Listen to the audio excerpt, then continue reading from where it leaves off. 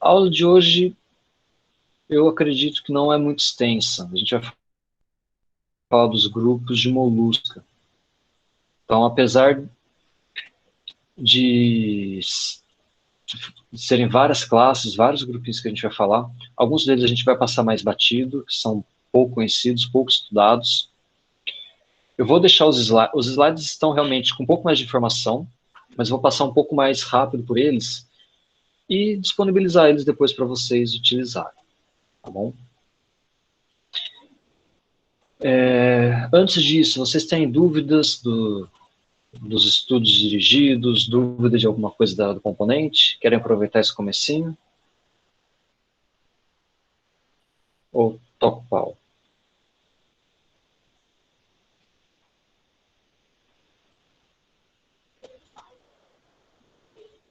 Beleza.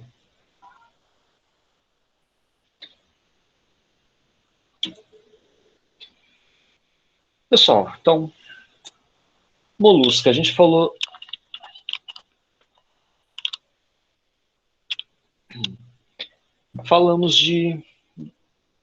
damos uma introdução ao grupo molusca, né?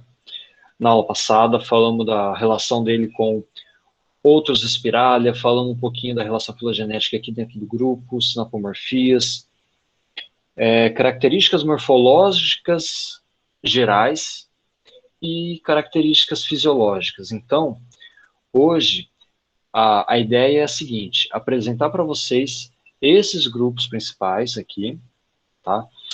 Vou focar em algumas características principais deles, e é mais ou menos isso, tá? Então, por isso que eu nem passei nenhum estudo dirigido para vocês antes, porque não, achei que não tinha necessidade hoje. Opa, desculpa, gente. Beleza, então, ó, a gente vai estar falando de alguns grupinhos. Para a gente começar a diferenciar eles, a gente tem um grupo chamado de aplacófora. Bom, uma característica importante principal de molusco, presença do manto. O manto, vocês lembram, é uma camada de células. Oi, Vanderleia, boa tarde. Então, ó, as características principais de molusca. Presença de manto, que é uma cavidade, pode formar uma cavidade chamada cavidade do manto, onde estão as principais aberturas do corpo. Então, abertura anal, abertura das gônadas, abertura dos poros excretores, tá? As brânquias estão localizadas na abertura, na cavidade do manto, certo? Então, o manto tem essa função. Ele forma a cavidade, apresenta um tecido específico que, a partir dessas células do manto, vai ser secretada a concha. Tá? Então, manto, rádula, a cavidade do manto, um coração presente na cavidade celômica, são as principais características de molusca, servem para todos os moluscos, tudo bem? A partir daí, a gente vai ter um grupinho de moluscos que não produzem concha, tá? Eles apresentam células especializadas, células que secretam espículas de cálcio. Então, essas espículas de cálcio formam como se fosse uma superfície áspera sobre a epiderme. Tá? A gente consegue ver que tem calcário impregnado, só que não tem uma concha. Diferente. É um grupo tido como mais basal, a placófora. Estão vendo minha tela, né? A placófora aqui. Associado ao grupo dos aplacófora, a gente tem um grupo chamado poliplacófora, que é uma concha formada por várias placas imbricadas. Então a gente parte de um grupo basal de molusca que não forma concha, mas produz uma secreção calcária, tá? Espículas. Essas espículas começam a se impregnar umas nas outras e formam placas. Tá? Essas placas, elas vão formar uma concha única aqui em monoplacófora, certo? Então, uma concha univalve única. Então, a partir de monoplacófora, a presença de concha. Tá? Essa concha vai estar presente em gastrópoda, em biválvia. A biválvia tem uma concha duplicada, uma concha bivalve, ou seja, duas conchas. Tá? Em escafópoda é interessante porque ele parte de um ancestral bivalve.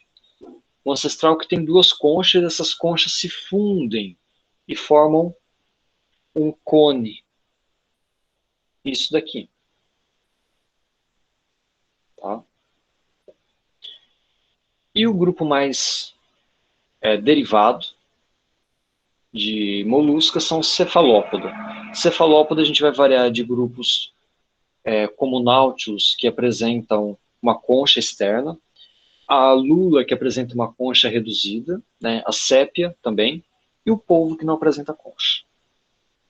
Okay? E aí a gente tem uma variação de formas aqui dentro. Sempre lembrando também, as partes corporais, pé ou região cefalopediosa e a massa visceral. Pronto, fizemos um resumo da aula anterior. Rapidinho, ó, vamos falar dos grupos que não produzem concha. Esses grupos, eles são animais bentônicos, associados ao fundo, milimétricos, e existem poucas espécies conhecidas. Tá? Então, a gente nem tem muito o que falar sobre eles, não se sabe muito bem sobre hábito alimentar, reprodução, mas eles representam um grupo importante do ponto de vista evolutivo.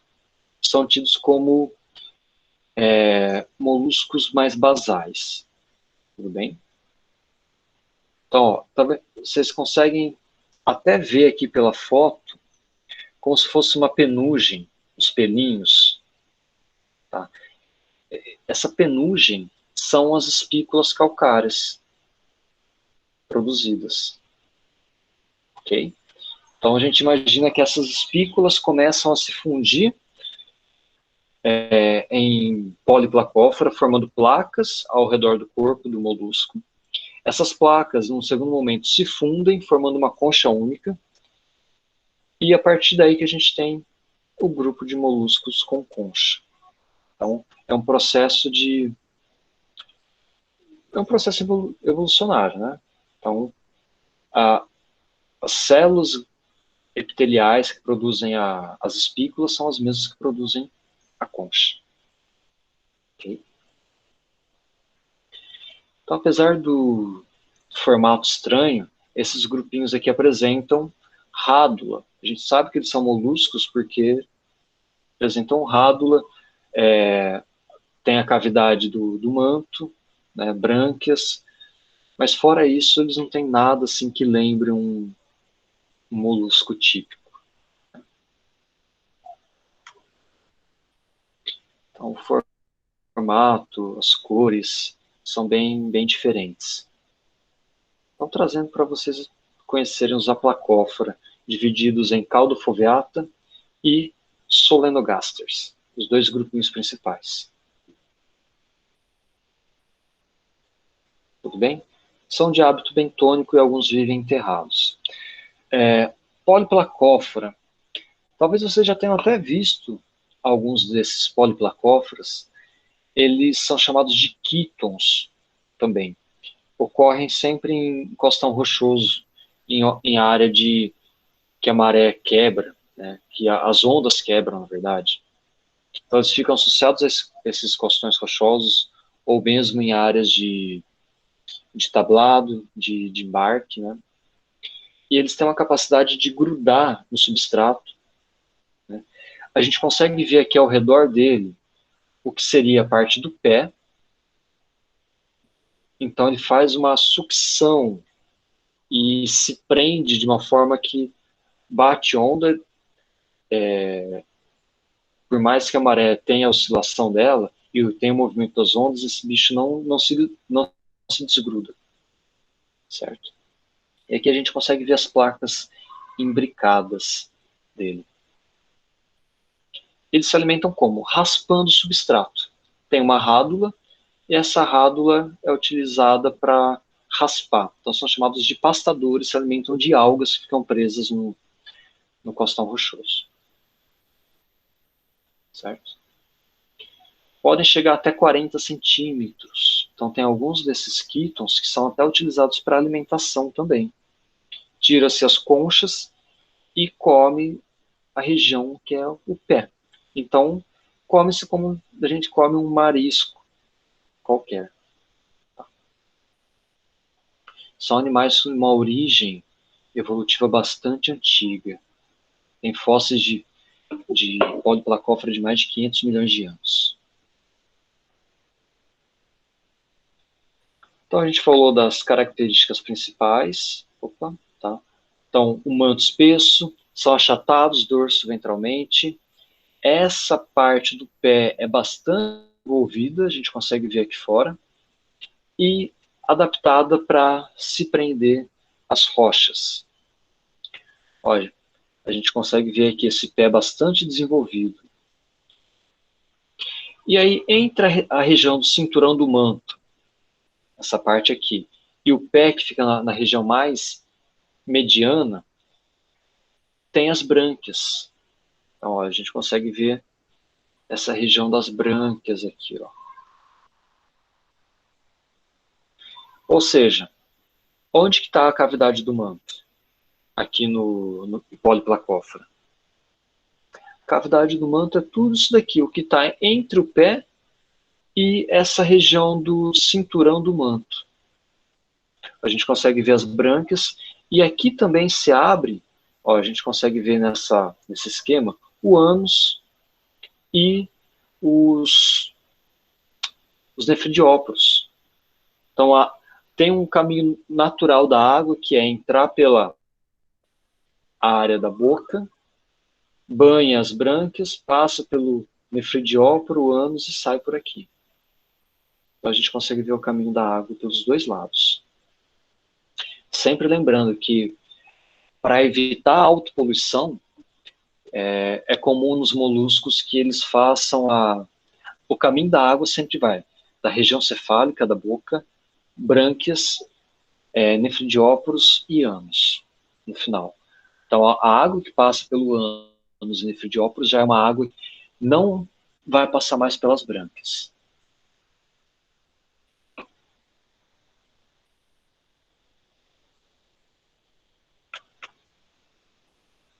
E aí a gente tem a parte dorsal, 8 placas, tá? E elas são imbricadas, elas são sobrepostas. Então, uma placa está um pouquinho sobre a outra. Certo?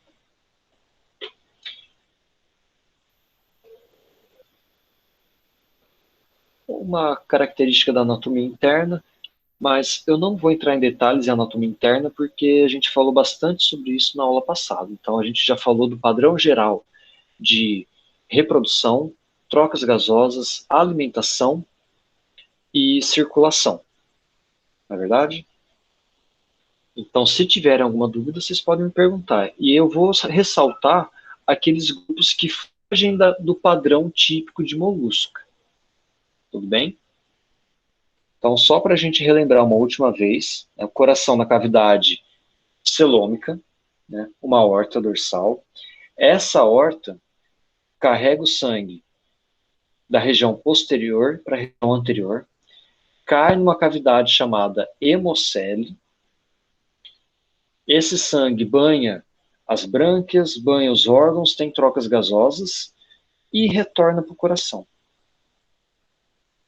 Certo? Circulação do tipo aberta. Né? O único grupo que tem circulação do tipo fechado são os cefalópodes. Tudo bem? Um cordão nervoso um anel nervoso esofágico e um cordão nervoso subesofágico na forma de escada de corda. Beleza? A função do pé a gente falou também, né? Se fixar no substrato e movimentação, no caso de Polyplacófora. cavidade do manto lateralmente, né, abrigando brânquias, nefridióporos, gonóporos e ânus.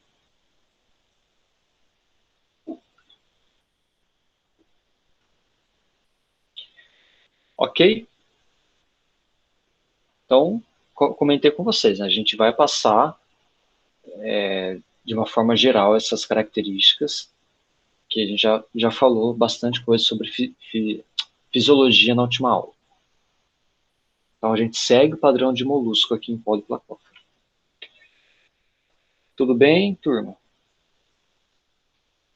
Eu vou dar mais foco lá para os últimos grupinhos de cefalópoda, bivalvia e gastrópoda. Outro grupo, outra classe de molusca, monoplacófora. Ó, então a gente passa de um grupo que tem conchas não, valvas, placas, que não formam uma concha única. Né? Poliplacófora, poli, várias, placófora de placas, várias placas cobrindo o corpo. Agora, monoplacófora, uma única concha, uma única placa. Os monoplacóforas são chamados também de chapéu chinês. E pelo formato deles, vocês até imaginam por quê, né? Não confundam Polyplacóphora com um grupo de gastrópode, que pode ter um formato relativamente parecido. Então, a gente até encontra uns gastrópodes que têm esse formatinho mais comprido, só que geralmente eles vão ter o quê? Uma abertura aqui, ou uma série de aberturas ao longo da concha. Bem, porque o sistema de circulação deles de trocas gasosas é diferente. O monoplacófora, ele é um animal que tem indícios de segmentação corporal. Tá? Segmentação por quê? A gente consegue ver estruturas repetidas ao longo do corpo, que a gente chama de homologia seriada, aquela característica que a gente viu lá nos anelídeos. Né? Cada segmento apresenta um par de brânquias, um par de nefrídeos, um par de nervos, gânglios. Tá? O monoplacófora apresenta isso também, só que é um paralelismo, é uma homoplasia. Tá? Não quer dizer que foi desenvolvido de forma semelhante ao dos anelídeos. Então, a gente tem aqui como se fossem alguns segmentos. Okay? Então, par de brânquias repetidas em cada local, par de quitenídeos, aberturas do nefridióporo, gânglios nervosos, tudo isso se repete. Ó, aqui a gente consegue até ver um pouquinho melhor essa repetição que eu comentei com vocês, tá? Então, par de gônadas, par de brânquias, par de músculos, gânglios nervosos, bem? E o coração, ele é um pouquinho diferente. O coração, ele está centralizado. Tá? Então, ele, apesar de ser um pouquinho diferente, as características gerais não mudam. Eles estão envoltos na cavidade celômica.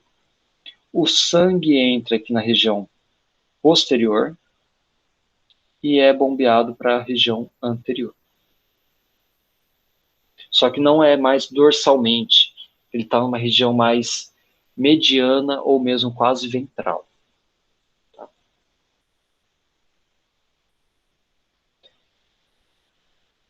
Não tem assim muito mais do que a gente falar de monoplacófora. O importante vocês lembrarem é essa homologia seriada, essa repetição, esses pseudosegmentos que eles apresentam. Tudo bem?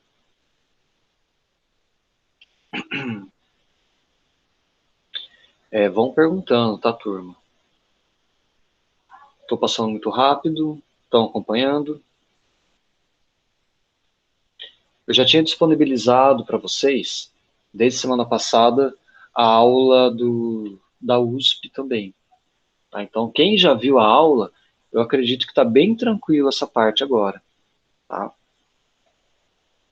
Já estava lá nos tópicos da nossa aula.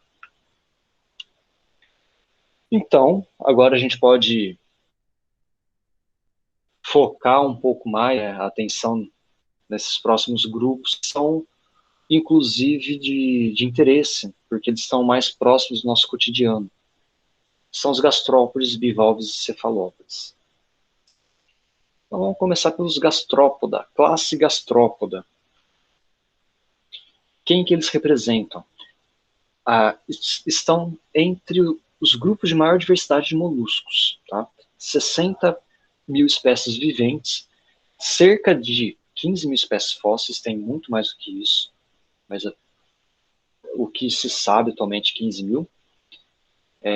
Animais que apresentam conchas são animais de fácil fossilização, então facilita o estudo e a identificação do registro fóssil. Característica importante dos gastrópodes é o grupo de molusco que melhor se adaptou ao ambiente aquático de água doce e ao ambiente terrestre. Acaba sendo, de certa forma, o único grupo de molusco de hábito terrestre. Então, a gente tem aí as lesmas e os caramujos, ou caracóis, hábito terrestre. Mas também temos os caramujos e caracóis de água doce, tipo o Bionfalaria, que é um dos reservatórios de esquistossomose, né? E eles são ainda assim mais abundantes em ambientes marinhos. Apesar de eles ocorrerem em ambiente de água doce terrestre, eles são mais abundantes no ambiente marinho. Então, resumindo bastante do que a gente falou aqui, né? Variam de organismos microscópicos até organismos relativamente grandes. Então, a gente vê o caramujo africano, ele pode chegar a 8, 10 centímetros de comprimento, né? Atingem tamanhos relativamente grandes. E a característica principal deles é a presença de uma concha espiralada.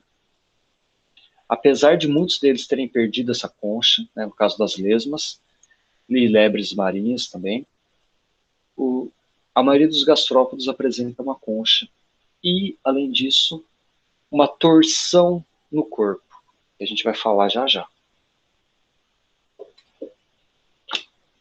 Hábito alimentar deles, a grande maioria deles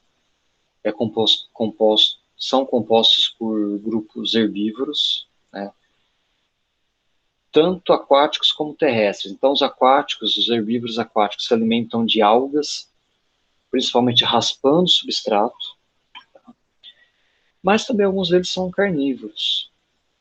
E grande parte também necrófagos. Isso é importante.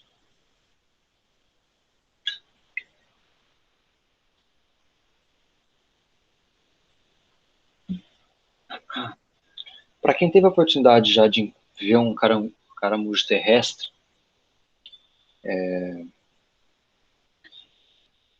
isso está presente em alguns aquáticos também marinhos, eles apresentam uma estrutura que é chamada de sola, ou opérculo, que é essa região que é quase que queratinizada sobre o pé. Tá? Então, caso ele se sinta ameaçado, ele recolhe cabeça, região cefalopediosa, para dentro da concha, e a hora que ele recolhe para dentro da concha, essa cabeça e região cefalopediosa entram para dentro da cavidade do manto. Então, olha, mais uma característica importante da cavidade do manto. Tá? Se retraem para dentro da cavidade do manto, na concha, e o opérculo, ele acaba fazendo uma vedação, tá? Como se fosse vedando a entrada da concha, porque seria uma região queratinizada e um pouco mais dura. Okay? O animal fica protegido de predadores. Então, as características principais de gastrópode, né, para a gente diferenciar de outros moluscos, muitas vezes a presença de uma cabeça distinta, a gente consegue diferenciar relativamente bem o que é cabeça, apresenta um par de olhos, né? Esses olhos podem ser pedunculados na base de 2 pedúnculos e tentáculos. Então não confundam os olhos com os tentáculos orais. Beleza? Os tentáculos orais, vamos ver se a gente... depois se eu tiver uma figura melhor eu mostro. Então o que a gente vê aqui são os olhos pedunculados. Os tentáculos orais, eles estão próximos à região da boca. E podem ser 2 pares, ou seja, 4 tentáculos orais. Ok? E podem estar modificados na forma de um sifão inalante. Ok. Então, a gente está entendendo mais ou menos como que funciona a morfologia de um gastrópoda. Né? Um gastrópode basal, qual que é a ideia da localização da cavidade do manto? Em todos aqueles esquemas que eu comentei com vocês, e em moluscos mais basais, a cavidade do manto geralmente está localizada nas regiões laterais ou posterior. Né? Ó, cavidade do manto. Certo? Para gastrópode com concha, isso acaba sendo um problema, porque ele falta espaço. Se ele quiser retrair a cabeça para dentro da concha, não tem espaço, porque a cavidade, a abertura está posterior. Então, qual que foi uma solução evolutiva para esse problema? O que é chamado de torção corpórea. Na torção, o caramujo, ó, a parte anterior da cabeça, tá? E a parte posterior. O que acontece? A cavidade do manto que está aqui, ela torce e acaba ficando anteriormente ao corpo do animal. Então, a cavidade do manto na região anterior permite que o animal, ao se sentir ameaçado, retraia a cabeça aqui dentro. É mais ou menos o que aparece nesse esquema aqui, ó. Então, para isso ser possível, a concha e todos os órgãos, sistemas e tecidos têm uma rotação no plano corpóreo. Tá? Isso permite que ele acomode de uma melhor forma a massa visceral e a cabeça dentro da concha. Tudo bem? Então, essa torção é a principal sinapomorfia de gastrópoda. E ela ocorre no momento da larva Veliger, tá? Que é o segundo estágio larval. O primeiro estágio é a larva trocófora.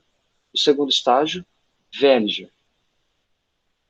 A partir da larva rotacionada, ela sofre uma torção corporal, ela começa a se desenvolver e gera um adulto torcido, digamos assim. Tá? Então, junto com a torção, que a gente está falando de uma torção 180 graus, tá? Vem a espiralação, o espiralamento da concha. Por quê? Uma concha espiralada é uma concha que vai crescendo aos poucos e permite um volume maior lateral. Tudo bem? Então, a concha, ao invés de ser só vertical, ela crescer nesse sentido, ela também se torce um pouquinho e cresce de forma espiralada. Então, torção e enrolamento espiral são características de gastrópoda. Beleza? Então, aqui a gente tem um exemplo do que seria a característica ancestral. Uma concha plana espiral, tá? E essa concha começa a se tornar uma concha assimétrica. E essas conchas, elas podem ser do tipo destrógira ou levógira, ou seja, concha virada para a direita ou concha virada para a esquerda. Tá? O padrão mais comum é o padrão destrógiro, que é esse aqui que a gente está vendo. Lembram das aulas de química?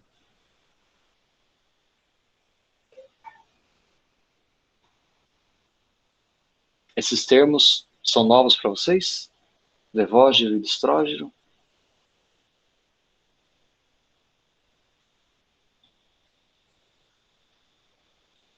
Não? Sim? Tá. Então, provavelmente vocês vão ver isso em química ainda. Ok?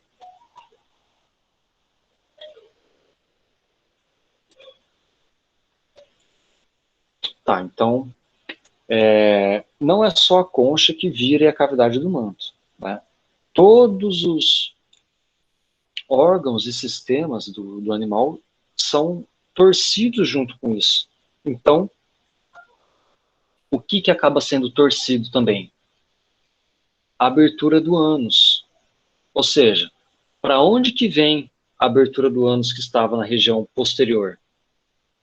Vem para cá. E fica onde? Praticamente em cima da cabeça. Porque é o único local possível, né, depois dessa torção. Então, algumas vantagens da torção. Proteção da cabeça e da, da massa visceral dentro da concha. Problemas da torção. Autopoluição. Tá? Porque a água, num primeiro momento, ela entrava na região anterior, banhava as brânquias e saía na região posterior. Né? Agora, a água vai ter que fazer um outro caminho. Tá? Então, ó, as vantagens aqui que eu comentei. A retração completa da cabeça, né, proteção. A ventilação das brânquias, porque a cavidade fica próxima à cabeça. Então, a água entra e sai pela frente. Ok? E uma certa melhoria no centro de equilíbrio do corpo do animal também. Ok? Então, seriam essas vantagens. As desvantagens, uma que é óbvia e clara, é a autopoluição. Tá? Então, para evitar ou diminuir os efeitos da autopoluição, são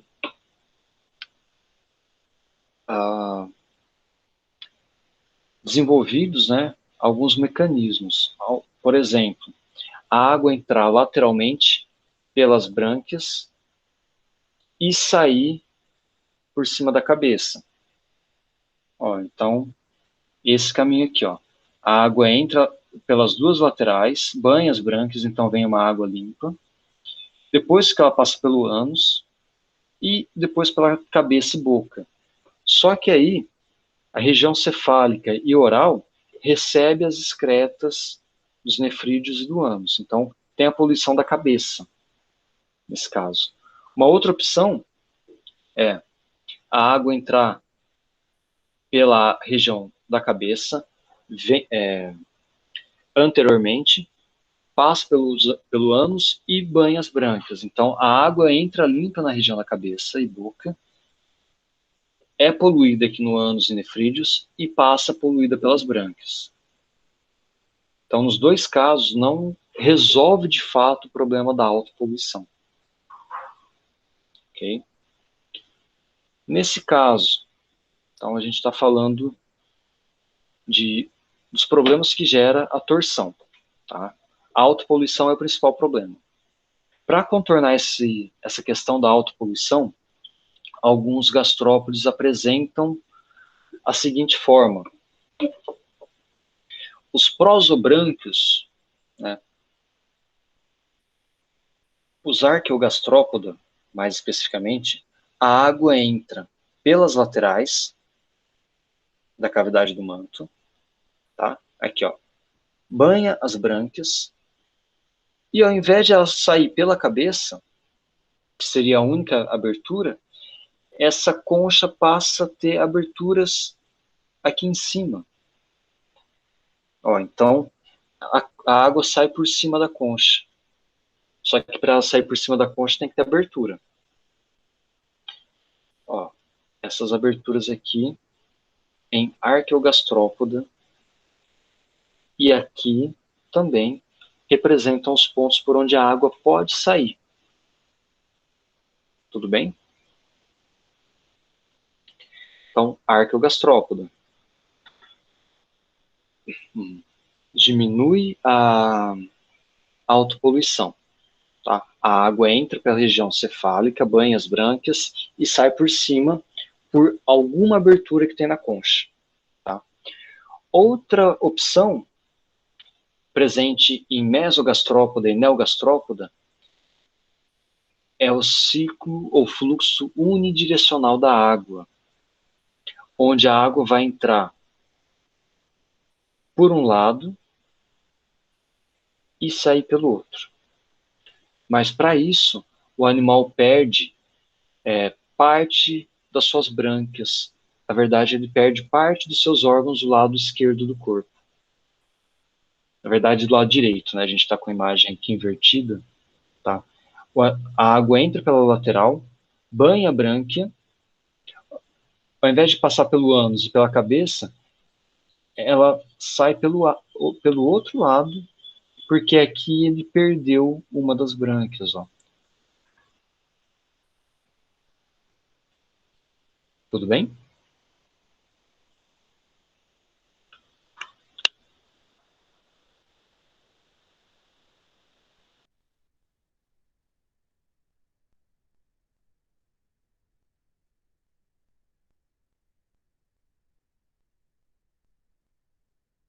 Estava me ouvindo?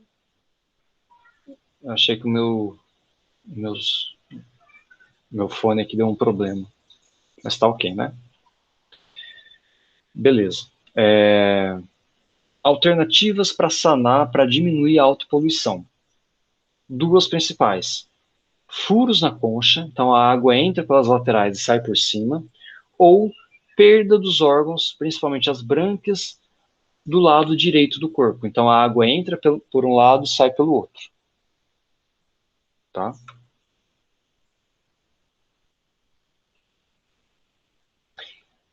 Então a gente está falando aqui, ó, que os prosobrânquios podem apresentar esses dois tipos de soluções: perfuração e circulação unidirecional. Uma outra forma de evitar a autopoluição é distorcer o corpo, de novo. Tá? E essa distorção a gente encontra nos pulmonados.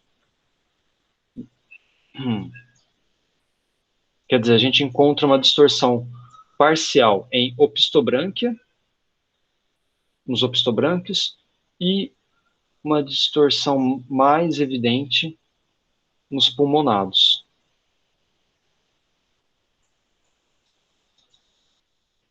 Ok?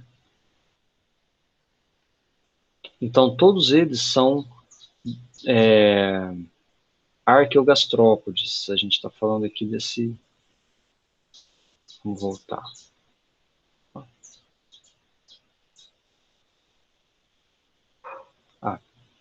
Não importa. A gente está falando da classe gastrópoda e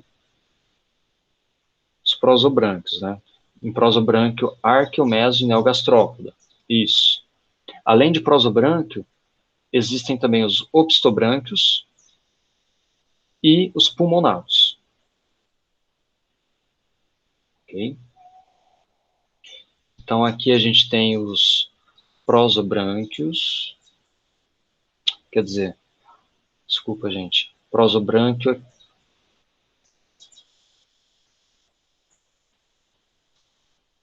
Prosobrânquios. Tá? Os três exemplos de prosobrânquio. o pulmonado e opistobranquio. Tá? Tudo bem, Ju? Tem algum problema? Fazer pergunta?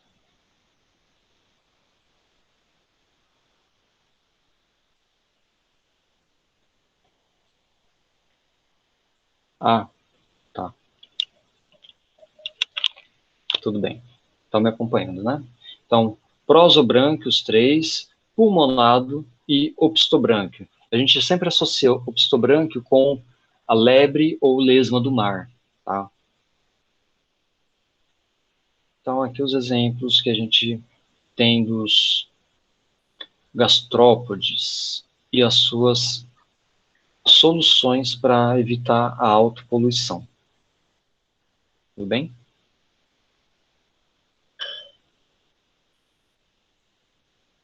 Então, algumas soluções para a gente retomar e passar esse ponto. Perfurações na concha, perda dos órgãos de um lado do corpo, né? O fluxo unidirecional da água. E um terceiro é a distorção. Tá? Então, os prosobrancos que a gente tem aqui são os mais basais. Tá? Não precisem lembrar de todos esses nomes aqui. Tá? Isso tem a ver com a questão das brânquias e o fluxo de água, só para vocês conseguirem associar. Os opistobranquios, né, geralmente não apresentam conchas, então a concha é muito reduzida ou ausente. E a maioria dos opistobranquios podem apresentar os ceratos. Cerato são células dorsais que armazenam quinidócitos. Os quinidócitos lembram lá das águas-vivas, né? São aquelas células urticantes, né, dos quinidários. Ou seja, os opistobranquios se alimentam de água viva, armazenam esses quinidócitos, armazenam onde? Nos ceratos. E utilizam esses ceratos como arma contra predadores. Né? Eles não conseguem produzir, mas eles se alimentam de um animal que produz e mantém isso no corpo deles. Tem até mesmo algumas associações de opistobranquios com algas, tá? Então a gente fala que não existe animal fotossintético, né? Quem faz fotossíntese são as plantas. Mas tem alguns opistobranquios que nesses ceratos também tem associação com algas fotossintetizantes. E eles conseguem utilizar parte da energia produzida na fotossíntese para sobreviver. Então é uma simbiose de um molusco com algas fotossintetizantes. Esses animais são bem interessantes para estudo.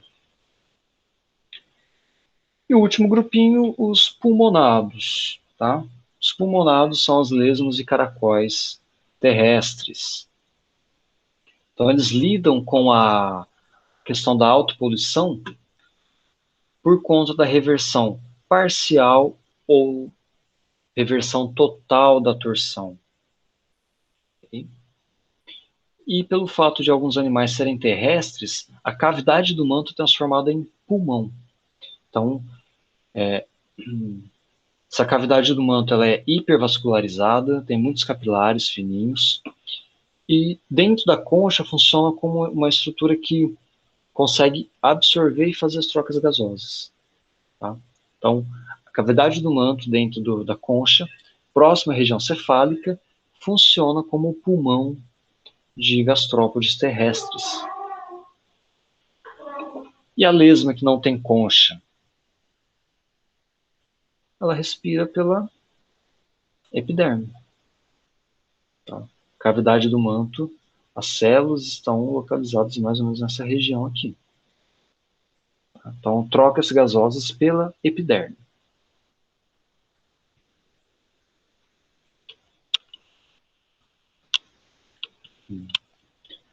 A gente consegue ver nesse esquema um gastrópode, né? Onde está a cavidade do manto. Então, a gente consegue entender ele entrando com a cabeça para dentro da cavidade. Né? Essa parte do ânus das brânquias vai estar na cavidade, só que um pouco lateral. Então a água entra de um lado e sai do outro para evitar a autopoluição.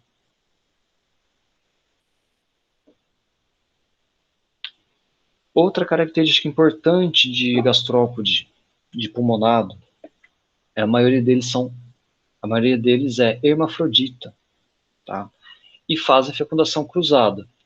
Então, quando a gente encontra dois caracóis acasalando, quer dizer que estão trocando espermatóforos, estão trocando esperma. Então, tem um fecunda o outro. Ambos saem grávidos depois do acasalamento, tá? Tem registro de autofecundação também em alguns grupos. Não é raro, quer dizer, não é comum, mas acontece. Um organismo se autofecundar. E diferente dos moluscos aquáticos, né, os gastrópodes terrestres apresentam desenvolvimento direto. A partir do ovo eclode um mini adulto, não tem a fase de larva. Aqui a gente tem um exemplo de alguns ovinhos de caramujo.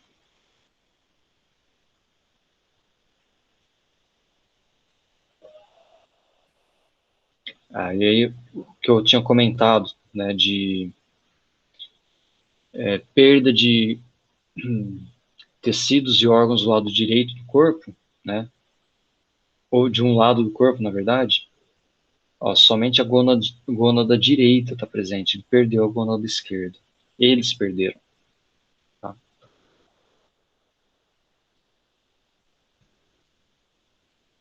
Tudo bem? Reprodução tranquila, a gente passou também na última aula.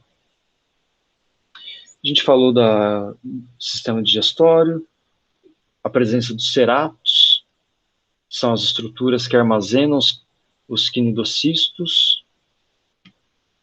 Então, são organismos bem bonitos, bem coloridos. E aí vocês associam sempre, quer dizer, vocês podem associar organismos de coloração evidente, colorida, geralmente, principalmente para invertebrados, são organismos raros, né? Então, se um organismo está muito evidente no meio ambiente, a gente chama ele de aposemático, tá? Com cores vibrantes. Provavelmente ele tem glândulas de veneno. Então, eles servem de alerta para os predadores para mostrar, olha, tô colorido aqui, mas não mexe comigo porque eu tenho algum veneno. Então, geralmente, os predadores entendem a coloração aposemática como uma coloração de perigo. Tá?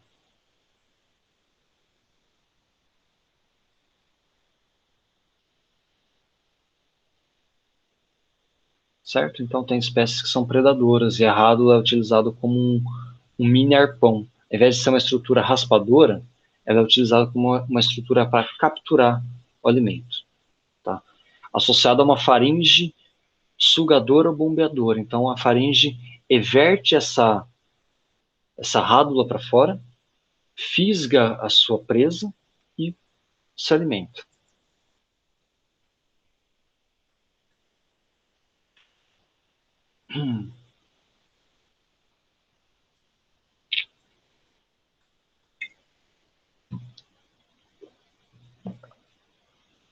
Ok, então fechamos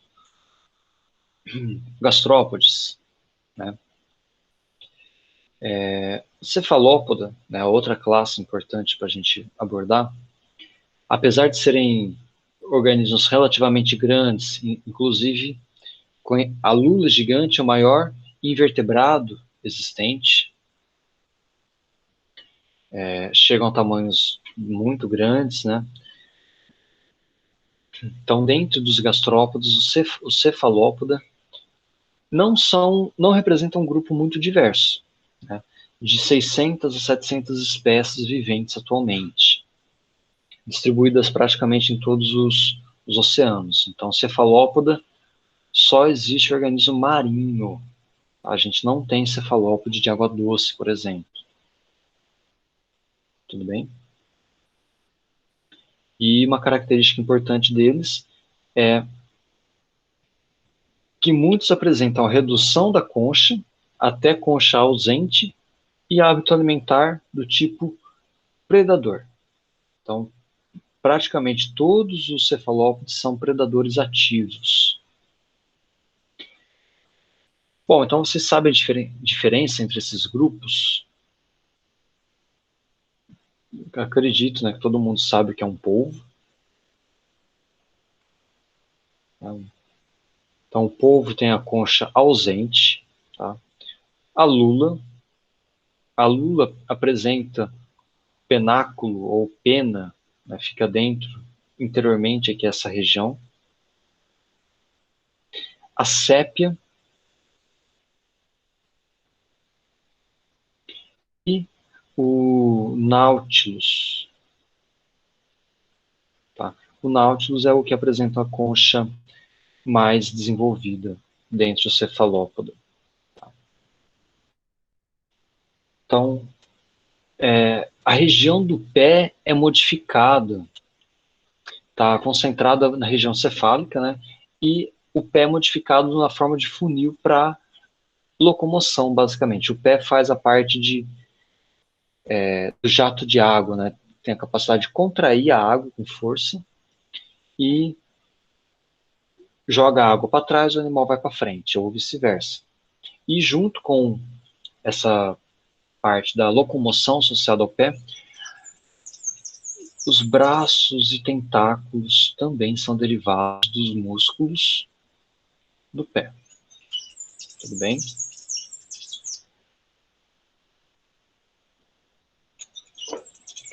Então, internamente é uma concha do Nautilus, tá? O que a gente consegue ver aqui. Essa concha, ela geralmente é oca. Né? É oca assim. O animal está ocupando todo esse espaço interno? No caso do Nautilus, não. Tá? Ele ocupa a última câmara apenas. As demais câmaras internas, elas foram utilizadas quando o organismo era jovem, tá? E conforme ele vai crescendo, ele vai fechando câmaras antigas e ocupando câmaras mais novas, que são mais espaçosas. Tá? Entretanto, todas essas conchas são conectadas pelo sifúnculo. O sifúnculo é um canudinho, é um canal que liga todas as cavidades. Tá? Então, a partir do sifúnculo, o animal consegue bombear água ou ar para dentro das câmaras e ajustar sua flutuabilidade na coluna da água. Tá? Então, o animal não precisa gastar energia nadando para cima ou nadando para baixo. Ele ajusta a flutuabilidade jogando ar para dentro. Como que ele consegue absorver o ar? A partir das brânquias e pela cavidade da hemocele, né? Esse ar vai por difusão para as cavidades da concha. Ok? Tudo bem? Então, o Nautilus é um exemplo de um cefalópode com concha vivente. A sépia tem uma concha reduzida, tá? A lula tem uma concha em formato de um penáculo, e a lula chamada de lula vampiro, acho que é esse o nome dela, tem uma concha espiralada interna. Tá? São os únicos. O polvo não tem concha e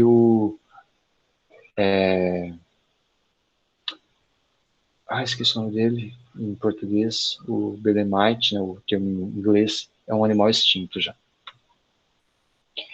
Então a concha vai servir uma concha externa para flutuabilidade e proteção, e uma concha interna serve para fixação de tendões e tecidos. Simplesmente isso. Tá? A gente falou dessas características, os tipos de conchas internas, tá? Do tipo espirula, do tipo plana septada, nas sépias, e do tipo pena, ou gládio, nas lulas. São nomes diferentes para aquilo que a gente comentou.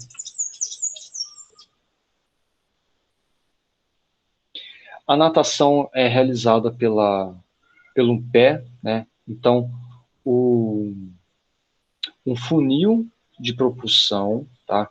Que fica na cavidade do manto, joga a água para fora.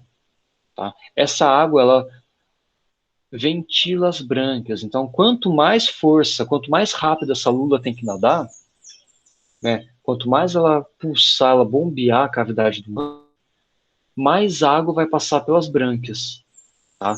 Ou seja, é como se a gente estivesse correndo.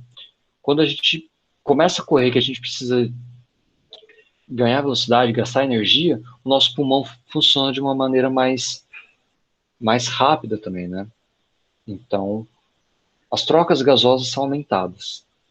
Tudo bem? Uma coisa interessante é a presença de cromatóforos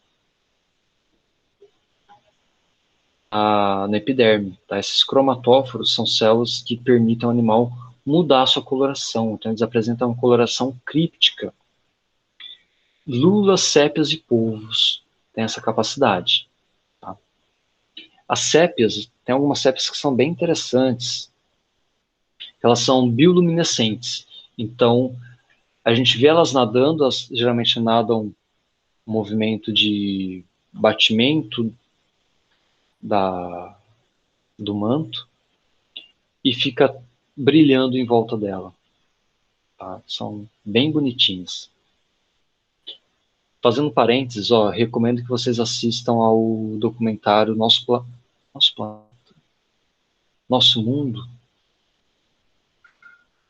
da Netflix, documentário da BBC. Alguém lembra o nome? É isso mesmo? Nosso Planeta. Isso. É ótimo. É o David Attenborough, né? Esse velhinho aí, de quando eu estava na graduação, eu via fita cassete que meu professor passava de documentário dele. Então, ele era um pouco mais novo na minha época, né, de graduação. Só que são sempre documentários ótimos, muito, muito interessantes. E eu não vi ele todo ainda, acho que estou no segundo episódio ainda, mas fica a dica para vocês assistirem essas férias, tá? A gente falou então da natação, falou da respiração, par de brânquias, circulação, importante, circulação fechada. Então, além do coração principal, né, o coração sistêmico, os cefalópodes apresentam corações branquiais também, né? Então, eles podem ter os corações acessórios, corações periféricos. Então, podem apresentar até 4 corações periféricos. Tá? Tudo isso para facilitar, para ajudar no bombeamento do sangue e nas trocas gasosas. Então, os cefalópodes, falamos da natação, características morfológicas, respiração, sistema circulatório fechado, coração sistêmico e corações acessórios ou corações periféricos, sistema nervoso altamente desenvolvido, né? Então, visão, órgãos sensoriais e capacidade de raciocínio, né? Então, os polvos, por exemplo, são animais de emboscada, não são animais de busca ativa. Então, eles não ficam nadando o tempo todo à procura da presa. Eles ficam intocados, passou uma presa, eles pegam ela. E tem experimentos que já viram polvos, acho que polvos, na verdade, utilizando instrumentos, né, para captura de alimento, para utilizando de isca, né, então eles podem utilizar instrumentos, rocha, um pedacinho de pedra, para quebrar uma concha, por exemplo, ou usar iscas para atrair suas presas. Então, isso indica uma capacidade intelectual, não sei se é o termo mais correto, mas uma capacidade de raciocínio muito desenvolvido. Tá?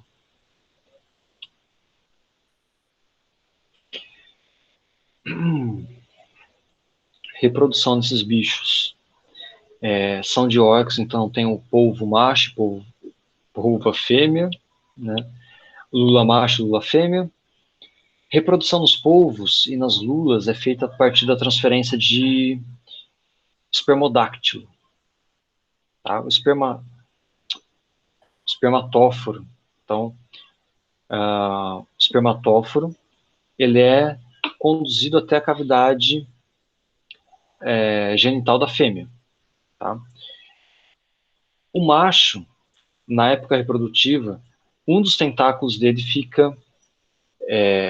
se altera e ele é utilizado para fazer essa transferência do espermatóforo da sua cavidade genital para a cavidade genital da fêmea. Tá? Esse braço modificado, essa parte do corpo modificada, é chamado de ectocótilo. Então, é uma fecundação interna de forma indireta. Os machos não têm um pênis, não têm uma estrutura específica para a reprodução. Utilizam uma parte do corpo, um braço. Tá? Muitas vezes eles acabam perdendo esse braço no momento da fecundação. Tá? Acaba tendo uma autotomia, ou então a fêmea com o próprio bico córneo dela, né? Eles não apresentam, a rádula é modificada no bico córneo, ela corta o tentáculo do macho. Tá? Então o macho sai maneta, né, depois da fecundação. Parte do braço dele é perdido. Então esses são os casos de fecundação interna. Tem alguns casos de fecundação externa, tá? No qual espermatóforos e óvulos são jogados no mar, né, na água, tem a fecundação, e esses ovos se desenvolvem associado a um substrato. Não entendeu por que corta? Porque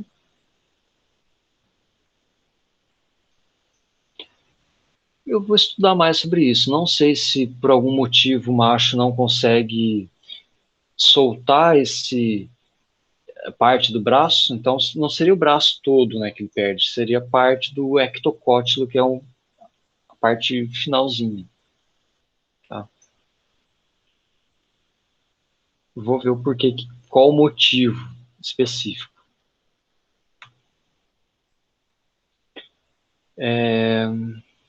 Então, polvo, né, cefalópodes e alguns gastrópodes têm desenvolvimento do tipo direto.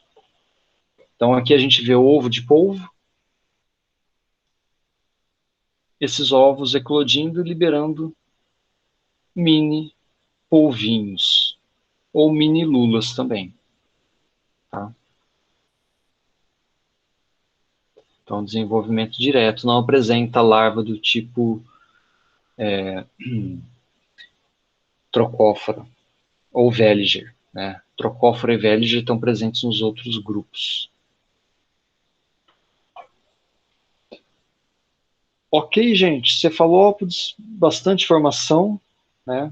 Foquem nas características principais. E seguimos para o último grupo, penúltimo grupo, dos bivalves. Então, nossa, estou ficando rouco.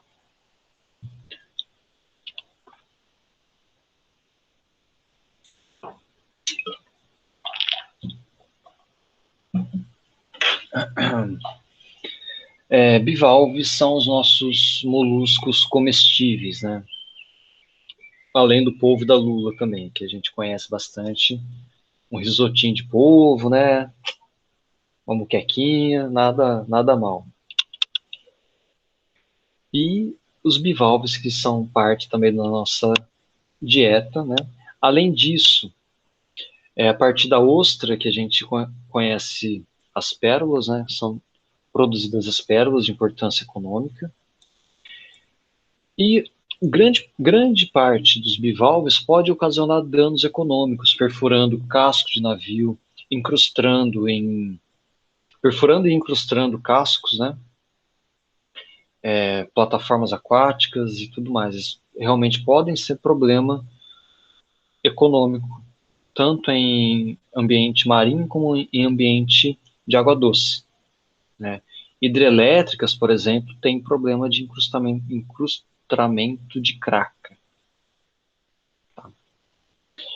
Então aí a gente lembra, eu estou falando craca, mas craca é crustáceo, incrustamento de moluscos bivalves também. Nossa, final de quadrimestre, até a gente já está em pane. Craca é crustáceo, bivalve é molusca. Tá? É que existem moluscos bivalves que são encrustrantes. Tudo bem? Beleza. Então, grande maioria deles é filtrador. Não apresenta uma estrutura específica chamada cabeça, e a rádula também está ausente. Por quê? Não faz sentido eles apresentarem rádula se eles são filtradores ou comedores de depósito, né? Então, eles apresentam um pé que pode ser escavador, se enterrar no substrato, né? Sifão, tá o músculo aqui retrator do pé, né?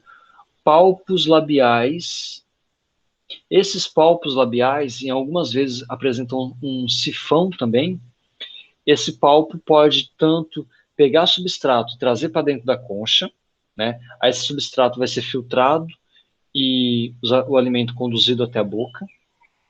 Ou então, tem um movimento ciliar, a água passa por dentro da concha e as brânquias, aqui ó, bastante desenvolvidas, as brânquias funcionam como estruturas filtrantes que vão filtrar e ser utilizadas para alimentação também.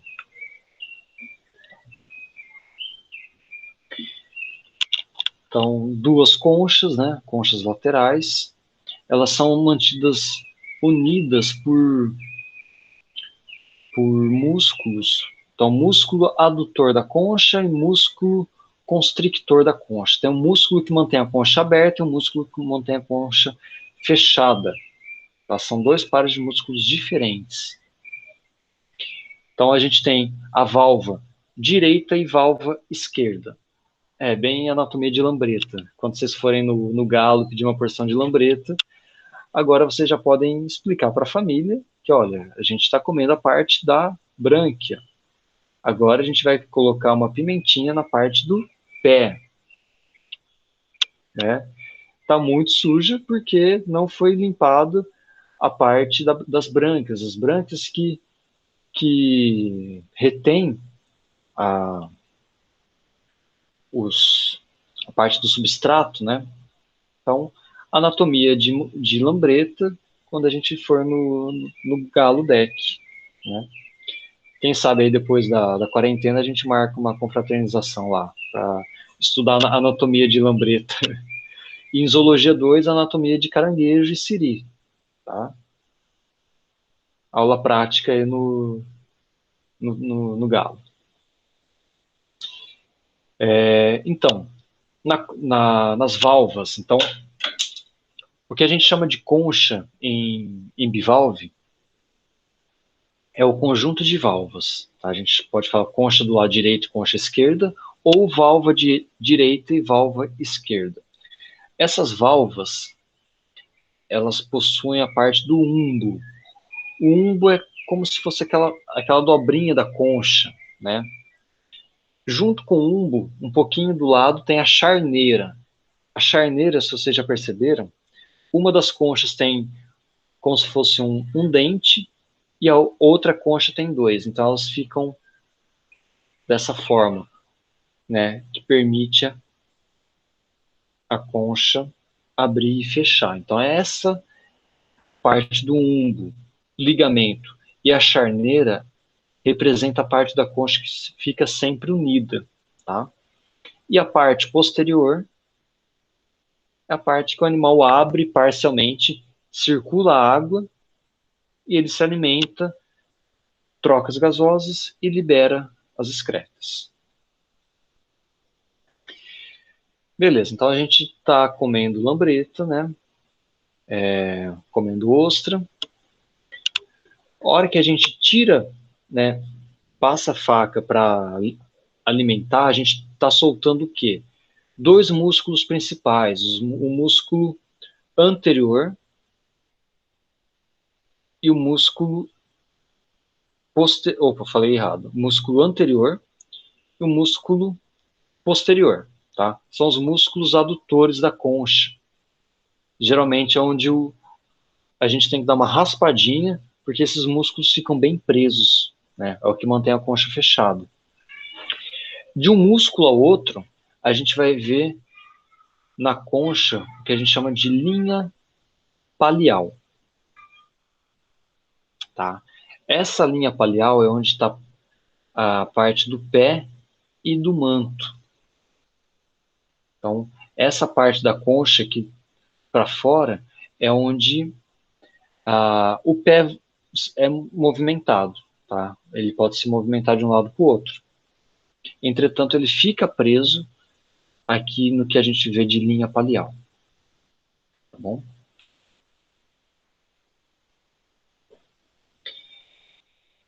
Certo? Então, a produção de pérola nos bivalves, ela se dá quando um grãozinho de areia, uma partícula pequena entra entre a camada de células do manto e a concha, tá? Então, o que a ostra acaba fazendo?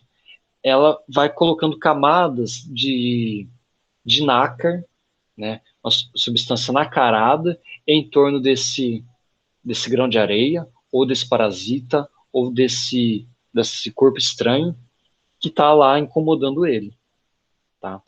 Então, é uma forma de defesa do animal. Pode ser um parasito pequeno que entrou lá para se alimentar. Para proteção, o molusco começa a produzir e secretar nácar em volta do parasita. Ele vai ficar petrificado, vai virar uma perolinha. Certo?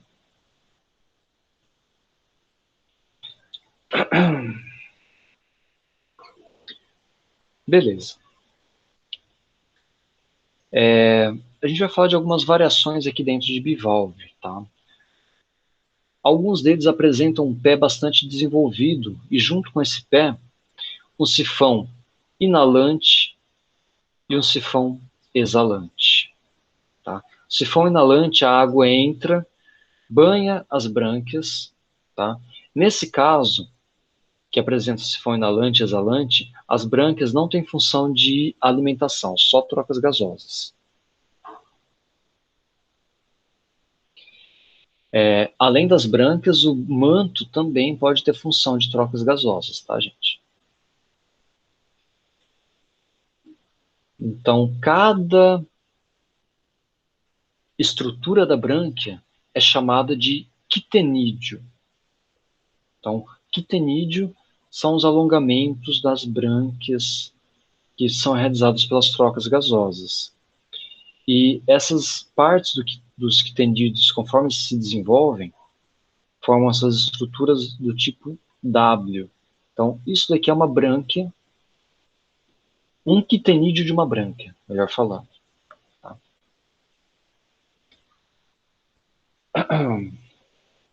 Ó, então, esses quitenídeos aqui que eu estou comentando com vocês, certo? Os protobrânquia, eles apresentam quitenídeos pouco desenvolvidos.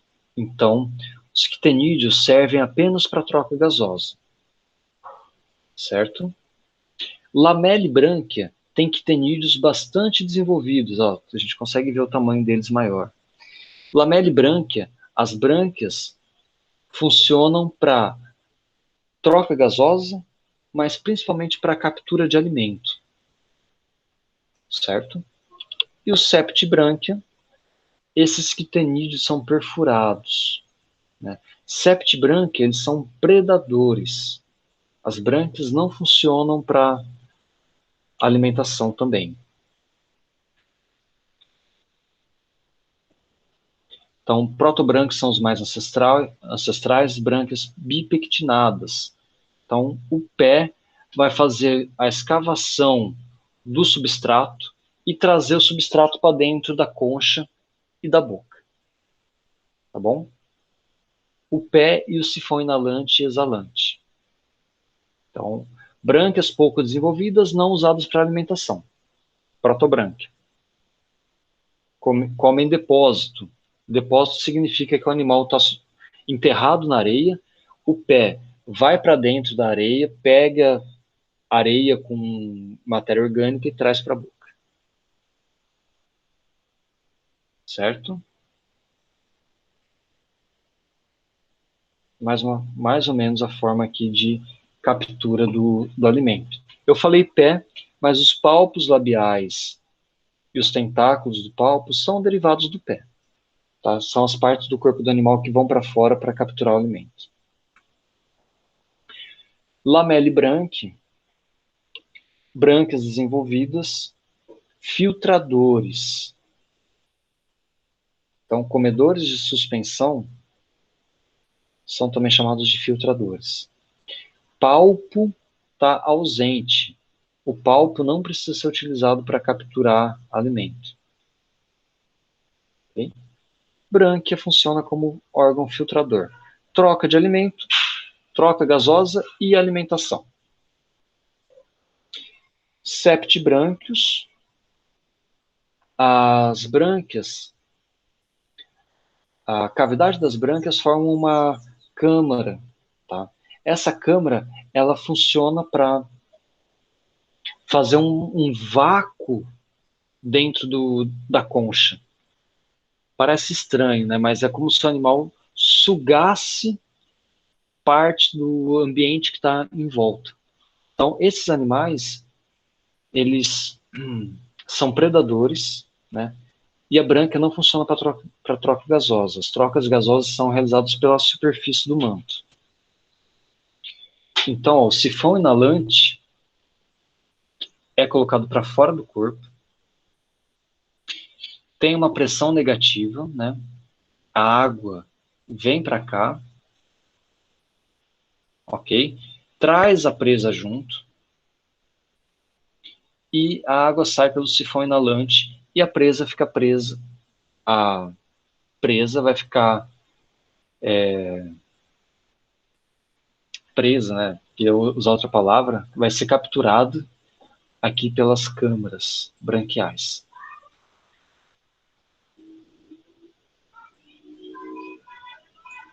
Tudo bem? Então, a gente repara que o sifão inalante desses animais é muito desenvolvido. É um super aspirador de pó subaquático que vai sugar tudo que tem, trazer areia, alimento, sujeira, por tudo. Vai ser absorvido e exalado pelo sifão.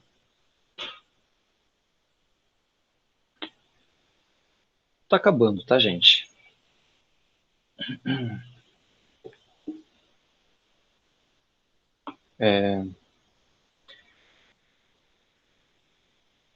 Circulação não difere muito do que a gente viu também em cefalópoda, tá? O coração tem 3 câmaras e 2 átrios. Então, tem uma circulação que é parcialmente realizada dentro oh, meu Deus, de vasos sanguíneos. Tá? A excreção, rins em forma de U, né? As células que fazem a filtragem são os nefrídeos, tudo bem? Eles dão nomes diferentes, mas é nefrídeo que faz a filtragem dos compostos, tudo bem? O sistema sensorial é pouco desenvolvido, então eles têm estatocistos, osfrágios e células que podem, talvez, chamadas de olhos, que podem até detectar variação na luminosidade, mas não tem um sistema nervoso tão desenvolvido como os cefalópodes, tudo bem? Até porque fica tudo dentro da concha, não faz sentido ter um sistema muito desenvolvido para ficar fechadinho lá dentro, né? Palpos sensoriais e tentáculos sensoriais, além de estatocistos e osfrágio. E a gente já falou a função dele. A maioria é dioica, com fecundação externa. Vamos voltar para as lambretas, né, para marisco. Se vocês já viram alguns que tem uma variação assim na coloração laranjadinha dentro, alguns que são muito laranjados, principalmente marisco é mais comum da gente detectar, e outros que são menos laranjados, ou a parte laranjada é mais evidente. São organismos femininos, a gente está comendo parte dos óvulos, tá? Então a gente consegue diferenciar, tem características que distinguem os machos das fêmeas. Okay? Então, a fecundação geralmente é externa, então, esperma e óvulos são liberados no meio ambiente, tem a fecundação, formação de uma larva, essa larva geralmente vai se fixar em algum ponto, né? Se for um bivalve céssio, ou vai se desenvolver no fundo oceânico. Tá? Ok, bivalves.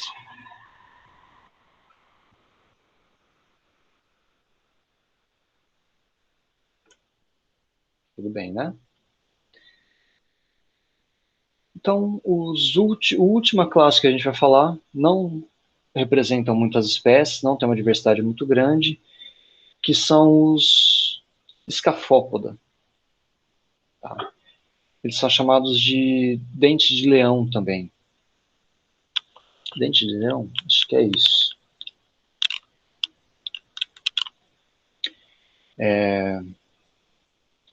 Não confundam com alguns gastrópodes que a gente encontra, né, enterradinhos na praia, que são compridinhos. Tá? Escafópoda, eles têm abertura superior e abertura inferior. A região do pé e os tentáculos é bem diferente do que a gente vê nos gastrópodes. Tudo bem?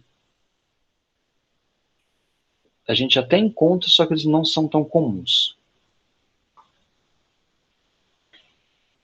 Então, tem uma movimentação da água, né, pelo corpo do animal. É uma concha dupla que se fundiu. Então, acredita-se que eles têm um ancestral do tipo bivalve. Certo? Então, como se fosse um bivalve que as duas válvulas se fundiram, formando uma concha em forma de cone. Tá? Eles são escavadores, se alimentam de depósito, né? Então, esses captáculos, esses pequenos tentáculos, eles pegam matéria, areia do mar, areia do fundo do substrato, trazem para dentro da cavidade e se alimentam de partículas orgânicas que estão presas nesse material. Tá? É conduzido até a boca e o ânus na cavidade do manto. Tá? E aí tem um caminho do fluxo de água de baixo para cima.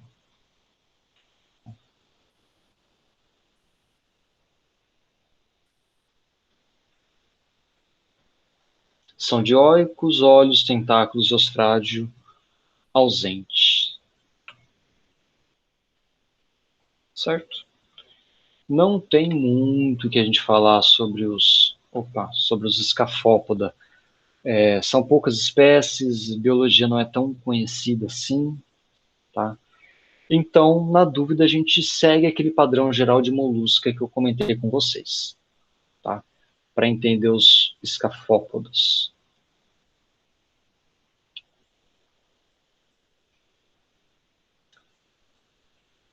Beleza? 5h30, 1 hora e pouquinho de aula, mais ou menos o planejado mesmo. Dúvidas? Vamos lá.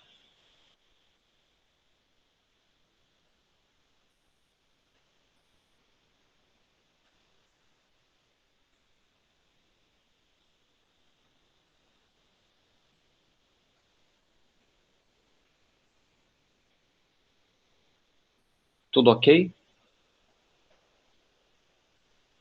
Beleza. Pessoal, então para fechar o nosso componente, né, fechar o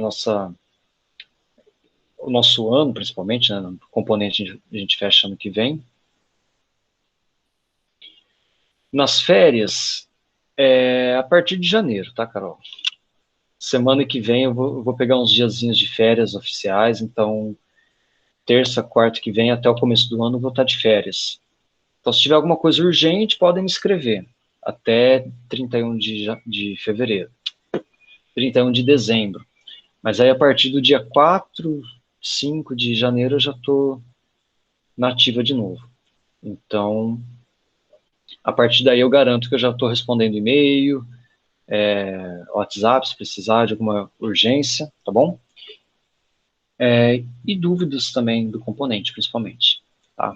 Então, vou disponibilizar todo o material para vocês agora, tipo, até semana que vem, para vocês fazerem todas as atividades e o estudo, a atividade avaliativa final também, ok? Então, se tiverem dúvidas com relação a essas atividades, me procurem.